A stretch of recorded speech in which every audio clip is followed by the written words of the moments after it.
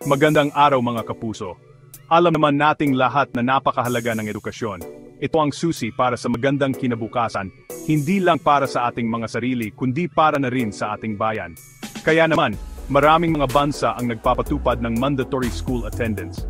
Sa ating programa ngayong araw, aalamin natin ang mga batas ukol sa mandatory school attendance sa iba't ibang panig ng mundo. Tuklasin natin kung saang edad kailangang pumasok sa eskwelahan ang mga bata at ano ang maaaring kaharapin ng mga magulang na hindi susunod sa batas. Tara na't samahan ninyo ako sa pagbibigay linaw sa mga katanungan ukol sa mga batas at parusa sa mga bansang may mandatory school attendance. Unang-una sa ating listahan ang bansang Germany. Dito mahigpit ang pagpatupad ng edukasyon. Sa katunayan, ang mga bata ay kinakailangang pumasok sa paaralan mula 6 na taong gulang hanggang 15 taong gulang.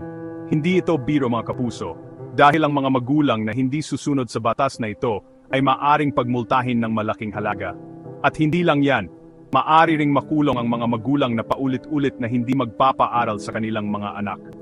Mahigpit ang Germany pagdating sa edukasyon dahil naniniwala silang ito ang pundasyon ng isang maunlad na bansa. Sunod naman nating pupuntahan ang bansang Japan, na kilala sa kanilang disiplina at kahusayan sa iba't ibang larangan. Hindi nakapagtataka na istrikto rin ang Japan pagdating sa edukasyon. Ang compulsory education dito ay mula elementary hanggang junior high school, nakatumbas ng 6 hanggang 15 taong gulang. Katulad ng Germany, seryoso ang gobyerno ng Japan sa pagpapatupad ng batas ukol sa edukasyon. Ang mga magulang na hindi mag-enroll at magpapapasok sa kanilang mga anak sa paaralan ay maaring maharap sa mga kaso at posibleng makulong. Chapter 3, Australia, mula preschool hanggang senior high. Sa Australia naman, mahaba ang panahong kailangang pumasok sa paaralan ng mga kabataan. Mula 6 na taong gulang, kinakailangan ng ipasok sa eskwelahan ng mga bata at hanggang 17 taong gulang sila mananatili sa ilalim ng compulsory education. Ibig sabihin, sakop nito ang preschool hanggang senior high school. Malaking tulong ito para sa mga kabataang Australiano dahil nabibigyan sila ng sapat na panahon para matuto at magkaroon ng mga kasanayan na magagamit nila sa kanilang pagtanda.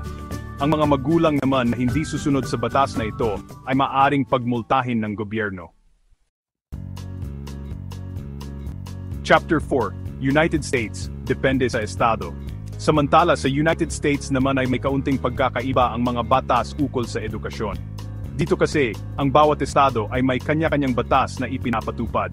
Ngunit sa kabila nito, karaniwan pa ring mula 5 hanggang 18 taong gulang ang mga kabataan ay nasa ilalim ng compulsory education. Ibig sabihin, mula kindergarten hanggang high school ay kinakailangang naka-enroll at pumapasok ang mga estudyante. Ang mga magulang na hindi susunod sa batas na ito ay posibleng maharap sa kaso at maaring maparusahan. Chapter 5, South Korea, edukasyon ang prioridad. At panghuli, titingnan naman natin ang batas sa South Korea.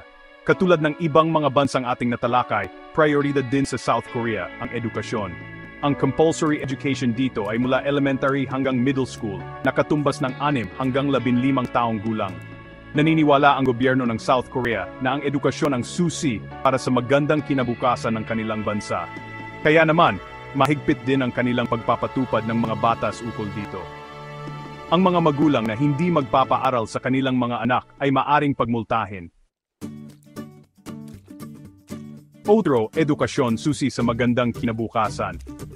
At diyan nagtatapos ang ating pagtalakay sa mga batas ukol sa mandatory school attendance sa iba't ibang bansa.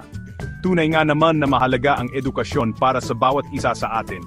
Ito ang nagsilbing sandata natin para maabot ang ating mga pangarap at makaahon sa kahirapan.